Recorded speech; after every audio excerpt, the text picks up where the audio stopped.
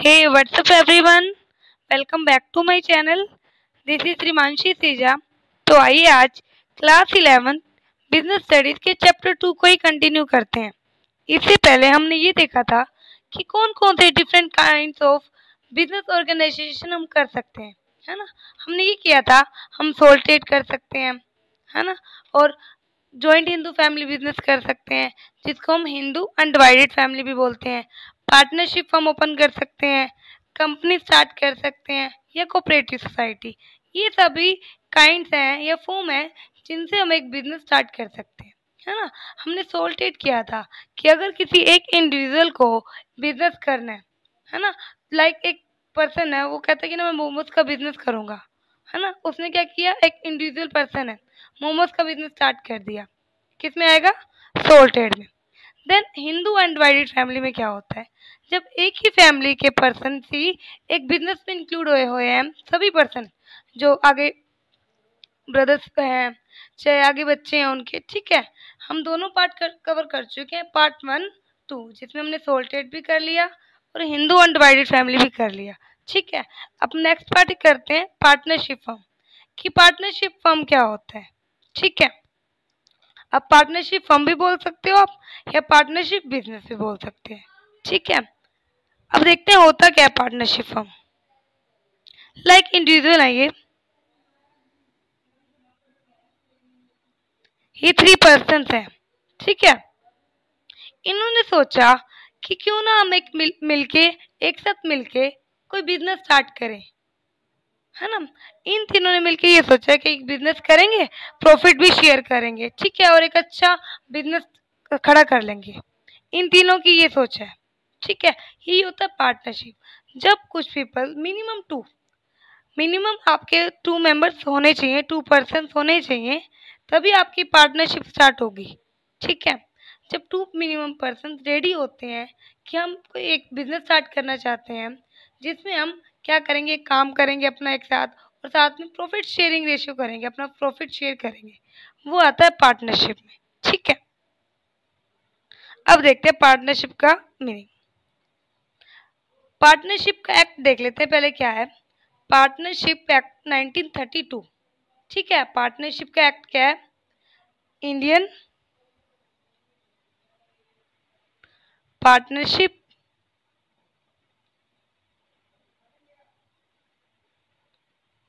Act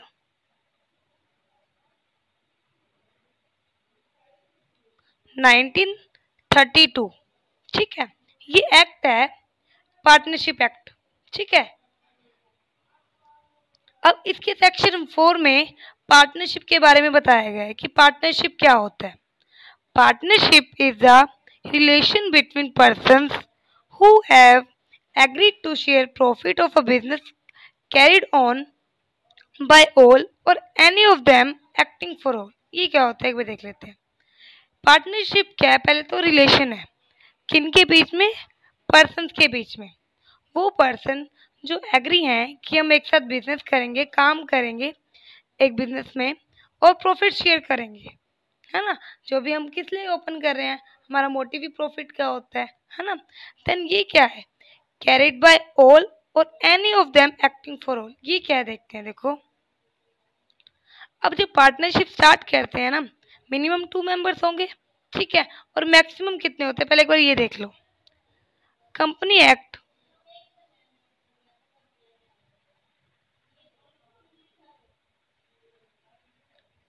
1956 के according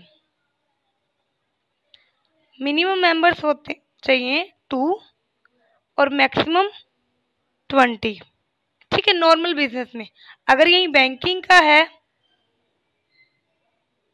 ठीक है, तो मिनिमम 2 और मैक्सिमम 10, ठीक है। ये लिमिट है, इस लिमिट से आप बाहर नहीं जा सकते, ठीक है। ये है कंपनी एक्ट 1956 के अकॉर्डिंग। और कंपनी एक्ट 2013 के अकॉर्डिंग क्या है वो देखते हैं।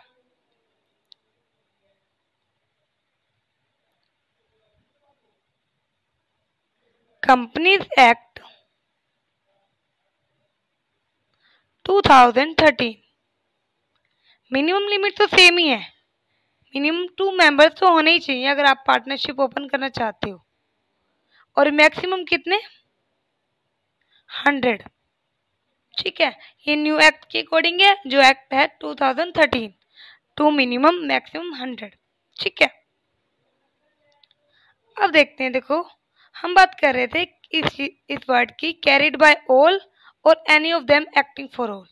अब इसमें देखते हैं क्या मीनिंग है इस लाइन का, कि जब भी पार्टनरशिप फर्म में सभी पार्टनर्स या मेंबर जो काम कर रहे हैं, है ना, तो ये हो सकता है कि लगा लो 10 मेंबर्स हैं, तो कुछ भी डीलिंग करने जानी है सभी थोड़ी जाएंगे, एक या दो जाएंगे।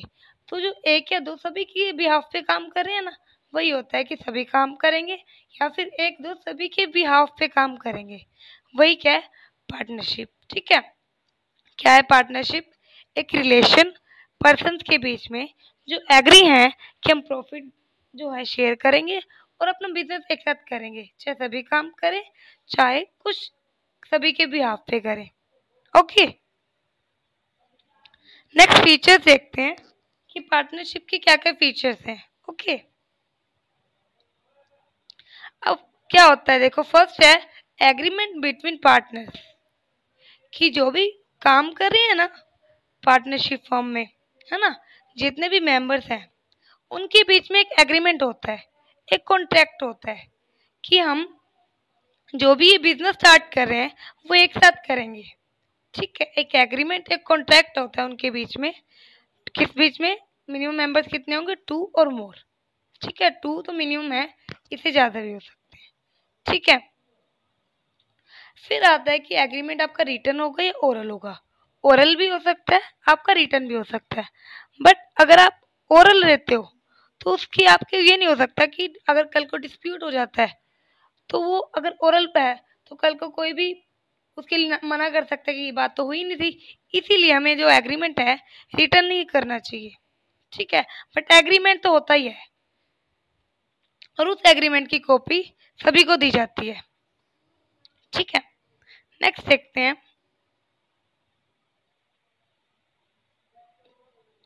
2 और मोर पर्सन। अभी हमने बात की कि पार्टनरशिप में मिनिमम कितने मेंबर्स होने चाहिए? 2 तो जरूरी है। ठीक है, जिनका कॉमन गोल है कि हम एक साथ आके एक बिजनेस स्टार्ट करेंगे और उसको ऊंचाइयों पे लेके जाएंगे, है ना। नेक्स्ट आता है इसी में, there is a constraint on maximum. Maximum limit है, अभी हमने बात की ना मैक्सिमम की, जो कंपनी एक्ट 1956 के अकॉर्डिंग क्या है? 2 मिनिमम, मैक्सिमम 20। और बैंकिंग अगर बिजनेस है, पार्टनरशिप फर्म है, देन 2 to 10। ऐसे ही कंपनी एक्ट 2013 में क्या है? Minimum 2 and maximum 100। Okay, next आता है शेयरिंग ऑफ प्रॉफिट। अब जब भी कोई मेंबर्स या पार्टनर्स एक साथ आ रहे हैं इस मोटिव से कि हाँ एक साथ बिजनेस करेंगे, तो फर्स्ट मोटिव क्या होता है उनका? प्रॉफिट शेयर करना, कि हम जो प्रॉफिट है वो शेयर करेंगे, है ना। कितना करेंगे वो अब आगे हम देखेंगे पार्टनरशिप डीड में, कि उनकी कई बार होता है कैपिटल के अकॉर्डिंग या कई बार इक्वल भी होता है। ठीक है, अब आती है बात लॉस की।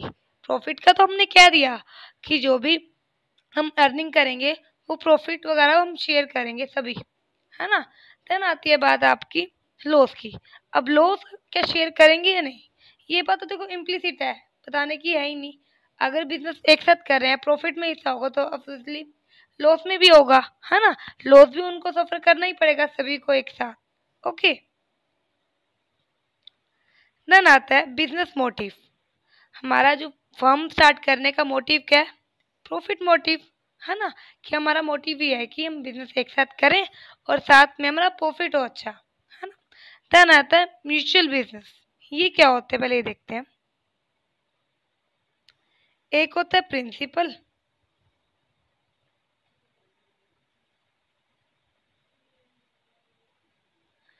या ओनर भी बोल सकते हैं उसको, एंड सेकंड होता है एजेंट। अब जब भी पार्टनरशिप हमने ओपन कर ली, है ना, तो अगर कोई भी डीलिंग करने जाना है, कोई डिसीजन लेना है, तो ये तो है नहीं कि सभी के सभी लगा लो 15 मेंबर्स हैं तो सभी के सभी थोड़ी जाएंगे, 2 या 3 5 चले गए, है ना। अब वो पर्सन बाकियों के बिहाफ, बाकी जितने भी मेंबर्स हैं पार्टनर्स हैं उनके बिहाफ पे डिसीजन लेंगे, है ना। तो वो क्या एजेंट है बाकी मेंबर्स के, वो इस टाइम क्या बन गए? बाकी मेंबर्स, ओनर्स या प्रिंसिपल्स, कि प्रिंसिपल्स के लिए जो एजेंट है बाकी काम कर रहे हैं। यही बात आती है इसमें पार्टनरशिप फॉर्म में। म्यूचुअल बिजनेस है, देखते हैं क्यों म्यूचुअल बिजनेस है।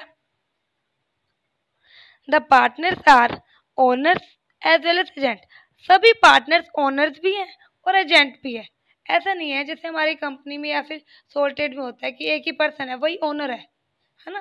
पर पार्टनरशिप में नहीं होता कि एक पर्सन है ये ओनर है, ऐसा कुछ नहीं होता, क्योंकि सभी ने कैपिटल इन्वेस्ट किया है, सभी ने पैसा लगाया है, तो सभी का इक्वली राइट होता है। ठीक है, बट ये हो सकता है कि शेयरिंग रेशियो कम ज़्यादा हो कैपिटल के अकॉर्डिंग, बट ये नहीं कह सकते कि एक पर्सन ओनर होगा। सभी ओनर है, सभी एजेंट है। ठीक है, एजेंट बाकी जो मेंबर्स हैं उनके बिहाफ पे काम करते हैं। ठीक है, नेक्स्ट आता है अनलिमिटेड लायबिलिटी, कि पार्टनरशिप फर्म में जितने भी मेंबर्स हैं ना उनकी लायबिलिटी जनरली अनलिमिटेड होती है। अनलिमिटेड मीन्स कि अगर कल को बिजनेस को काफ़ी ज़्यादा लॉस हो जाता है और वो अपनी बिजनेस इनकम से, फर्म की इनकम से नहीं पे कर पा रहे वो पैसे, तो सभी पार्टनर्स की उनकी जो पर्सनल रिसोर्सेज है या असेट है वो भी यूज़ होंगी।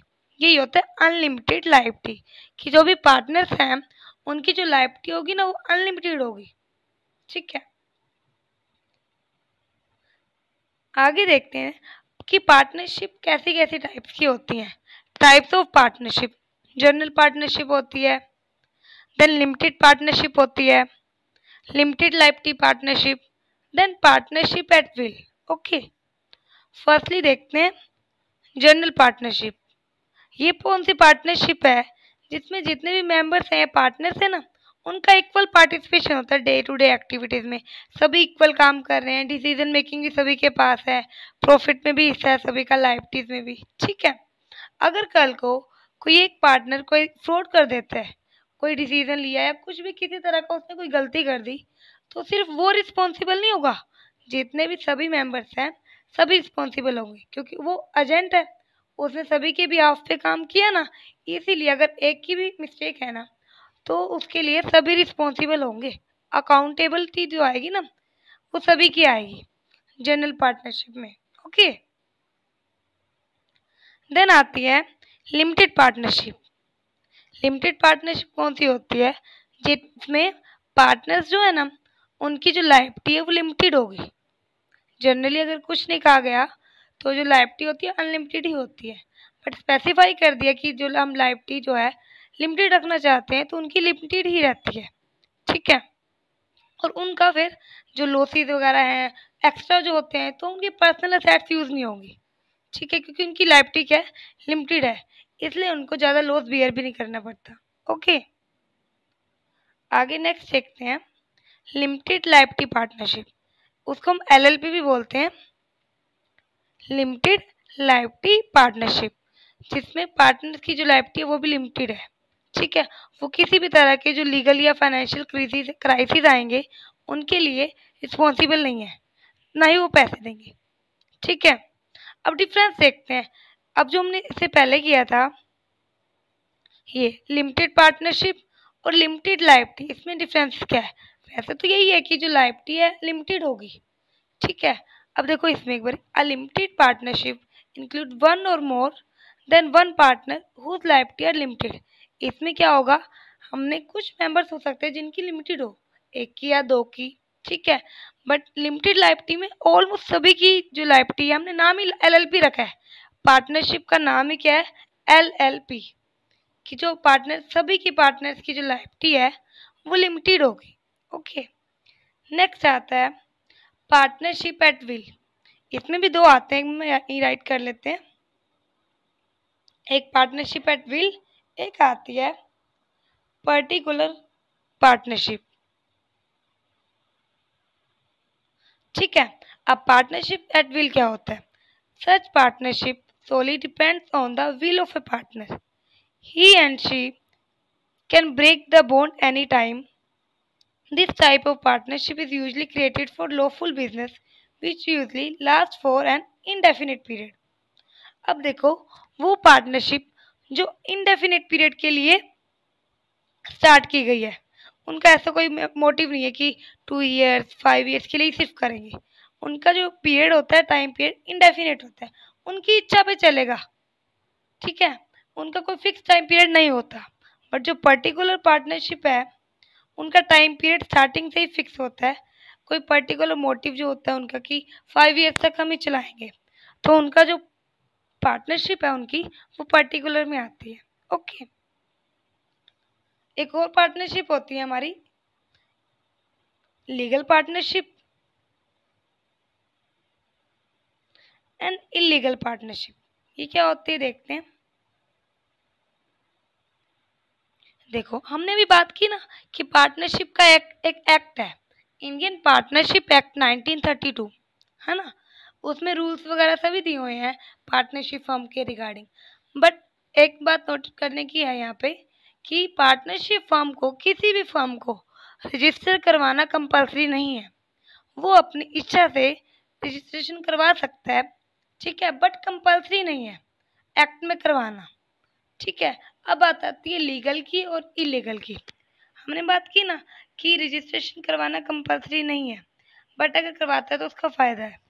बट लीगल पार्टनरशिप कौन सी है? जो सभी रूल्स को फॉलो कर रहा है ना, ब्रेक नहीं कर रहा। अपन इलीगल का समझ लो, देन लीगल अपना पाएगा। अब इलीगल कौन सा होता है?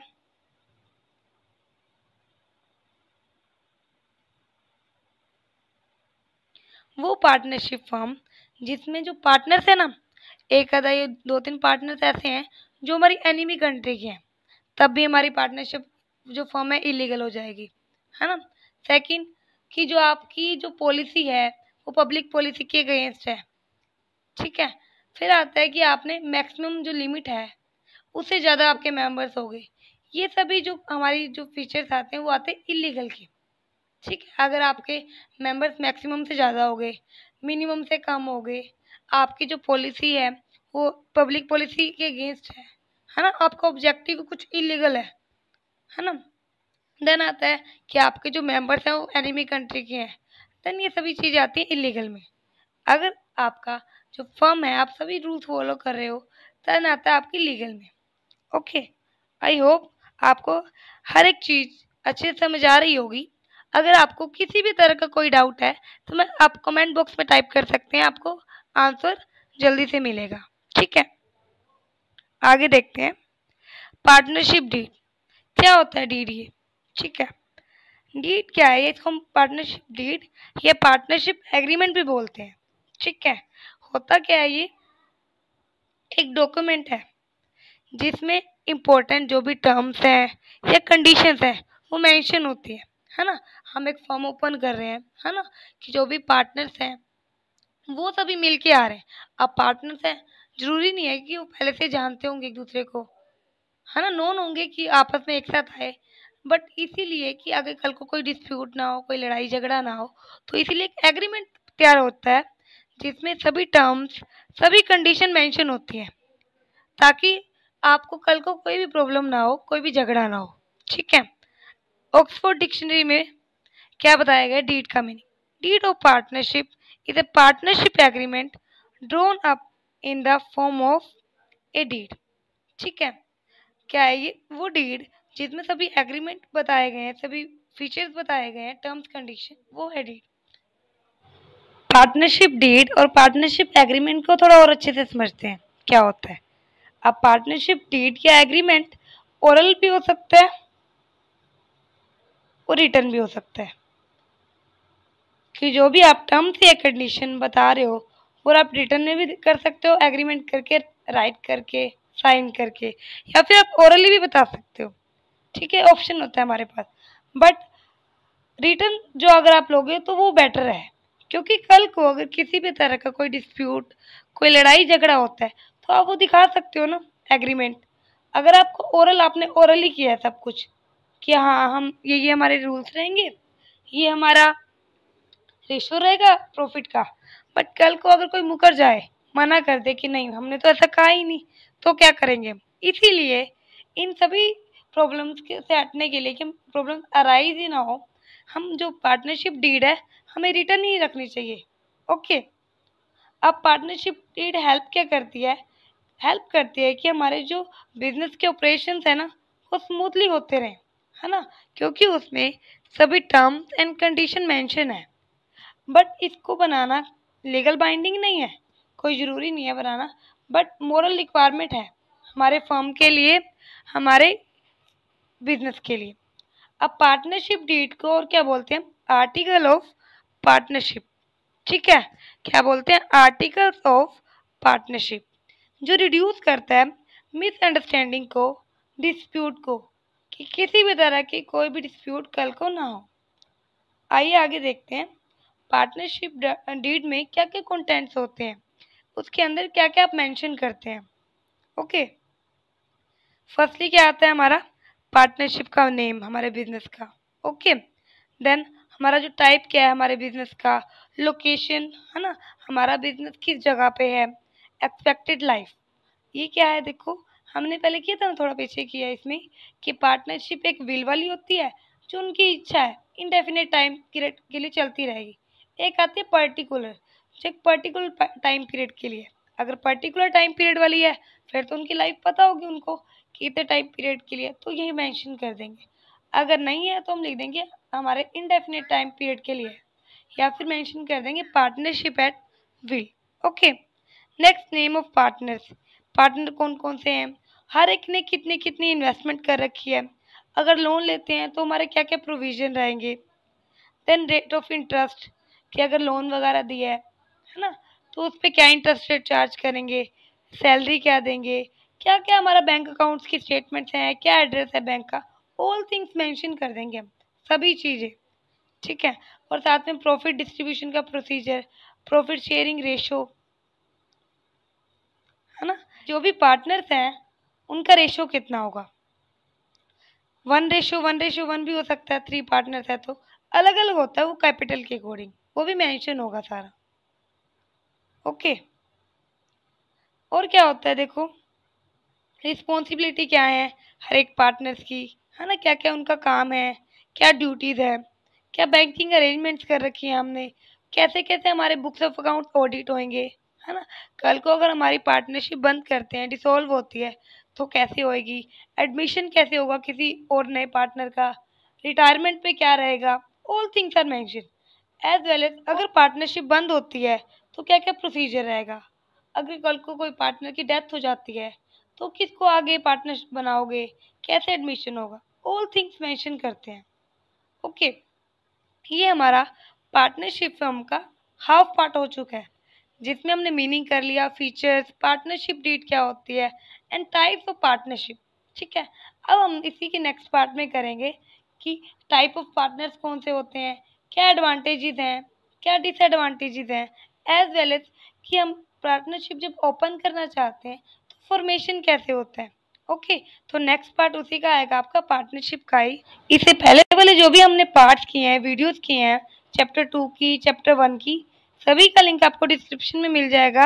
एज वेल एज आप प्लेलिस्ट में जाके भी चेक कर सकते हैं, वहाँ भी आपको बिजनेस स्टडीज के नाम से प्लेलिस्ट मिल जाएगी। एज वेल एज आपको डिस्क्रिप्शन में हेडिंग भी मिल जाएगी कि इस वीडियो में हमने कौन कौन से टॉपिक किए हैं। ओके, एंड फेसबुक चैनल भी मिल जाएगा, फेसबुक पेज, वहाँ आप जाके फेसबुक पेज को फॉलो कर सकते हैं, लाइक कर सकते हैं। थैंक यू गाइज, अगर आपको वीडियोस अच्छी लगी हो तो like, share, subscribe my channel, stay tuned.